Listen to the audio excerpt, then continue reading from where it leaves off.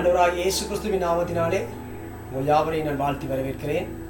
உங்கள் ஒவ்வொருவருக்கும் தேவனுடைய கிருபையும் சமாதானமும் உங்களுடைய வாழ்க்கையில் பெருகும்படியாக உங்களை நான் வாழ்த்துகிறேன். இன்றைக்கு உங்கள் மத்தியிலே நான் ஒரு விசேஷித்த காரியத்தை நான் உங்களோட பேசி உங்களுடைய ஆசீர்வாதத்தை சொல்லிக்க இருக்கிறேன். இன்றைக்கு உலகம் முழுவதும் தேவனுடைய பிள்ளைகள் அல்லாவிட்டால் ஜனங்கள் தங்களுடைய வாழ்க்கையிலே சமாதானம் இல்லாதனாலே பல பிரச்சனைகளுக்குள்ளாக போராட்டங்களுக்குள்ளாக முகம் கொடுத்து அநேகர் தங்களுடைய உயிர்களையும் மாய்த்து கொண்டிருக்கிறார்கள். தங்களுடைய உயிர்களை மாய்த்து கொண்டிருக்கிற ஒவ்வொருவருடைய வாழ்க்கையிலும் நீங்கள் பின்னுக்கு ஆராய்ந்து பார்த்தீங்கன்னு சொன்னால் அவருடைய வாழ்க்கையிலே ஒரு சமாதானம் இல்லை.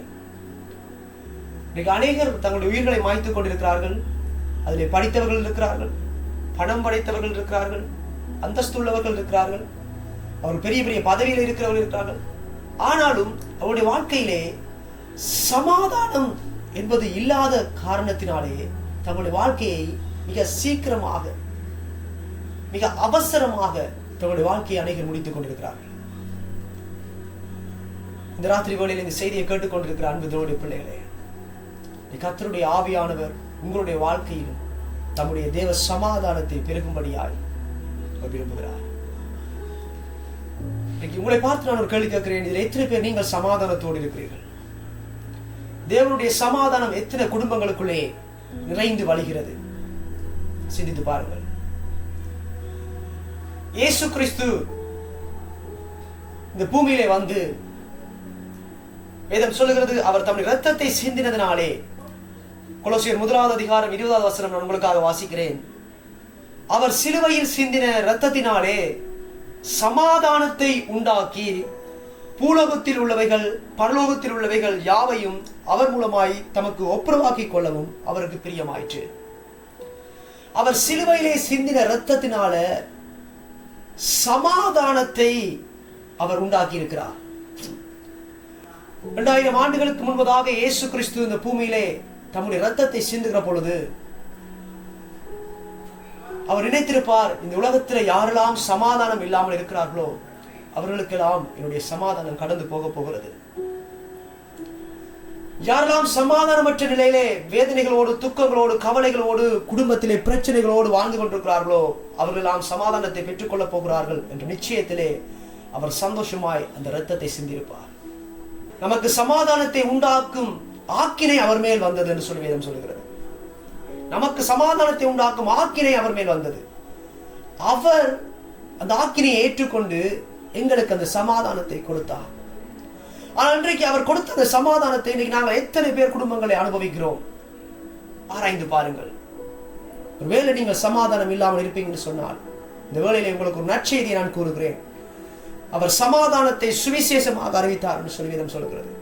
நான் உங்களுக்கு சொல்லுகிறேன், அவருடைய சமாதானம் உங்கள் குடும்பங்களுக்குள்ளே ஆளுகை செய்வதாக, உங்கள் இருதயங்களை அவருடைய சமாதானம் நிரப்புவதாக என்று சொல்லி நான் பேசுகிறேன். இந்த வார்த்தையை யாரெல்லாம் எங்கெல்லாம் கேட்டுக்கொண்டிருக்கிறீர்களோ உங்களுடைய வாழ்க்கையிலே தேவ சமாதானம் உங்களுக்குள்ளே கடந்து வருவதாக.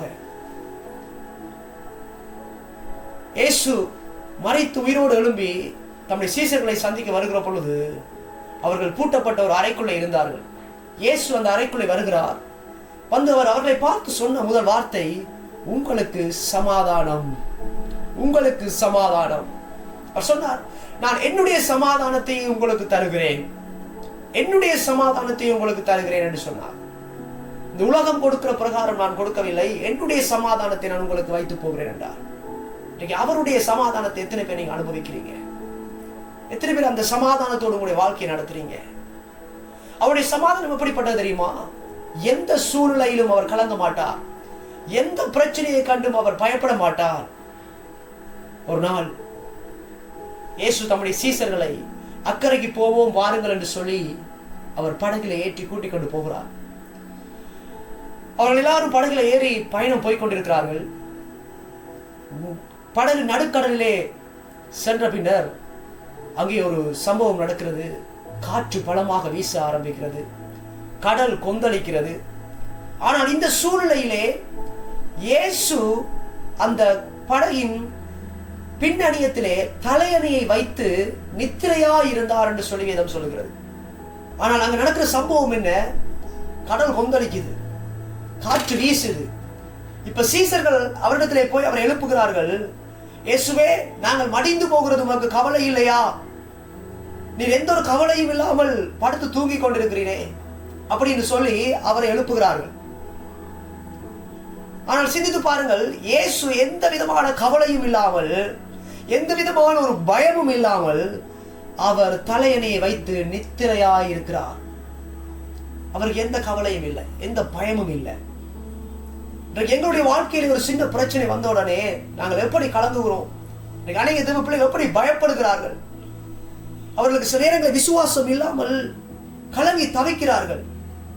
என்ன செய்வதென்று தெரியாமல் சிலர் தன்னுடைய வாழ்க்கையை, உயிரையை கூட மாய்த்து விடுகிறார்கள். ஏன் தெரியுமா?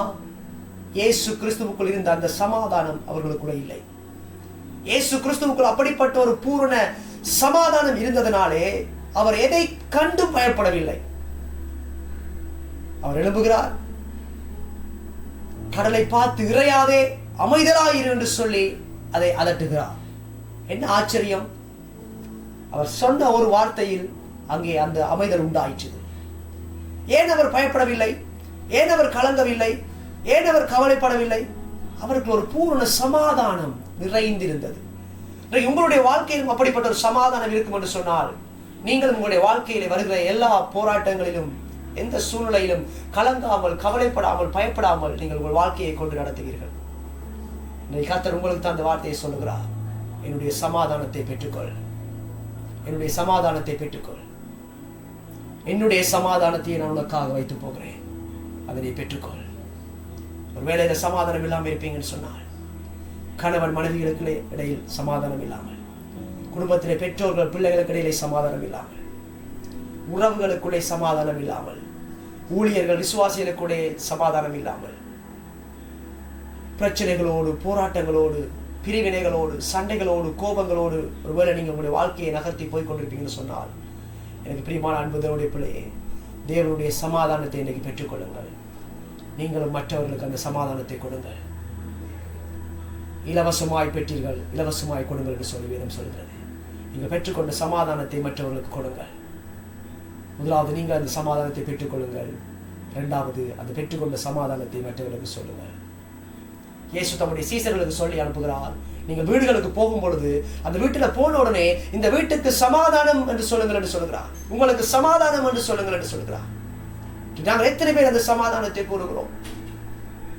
எத்தனை பேர் சமாதானமா இருக்கிறோம்? சிந்தித்து பாருங்க. இன்றைக்கு சமாதானமா இல்லாம, உங்கள்கிட்ட இல்லாத ஒன்றை நீங்கள் மற்றவர்களுக்கு கொடுக்க முடியாது.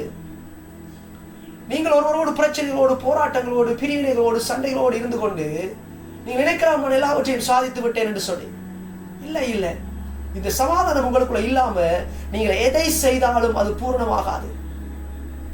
உதாரணத்துக்கு சொல்லுகிறேன், கணவன் மனைவியோடு நீங்கள் பிரச்சனைகளோடு, பிரிவினைகளோடு இருந்து கொண்டு நீங்கள் ஊழியம் செய்யலாம், நீங்கள் வேலைக்கு போகலாம், நீங்கள் என்ன வேணா காரியங்களை வேணா செய்யலாம், ஆனால் அது பூரணமாகாது. அங்கே உங்களுக்கு ஒரு பூரணம் கிடைக்காது. நீங்கள் முதலாவது அங்கே சமாதானமாக வேண்டும், அதை முதலாவது ஒப்புரவாக வேண்டும்.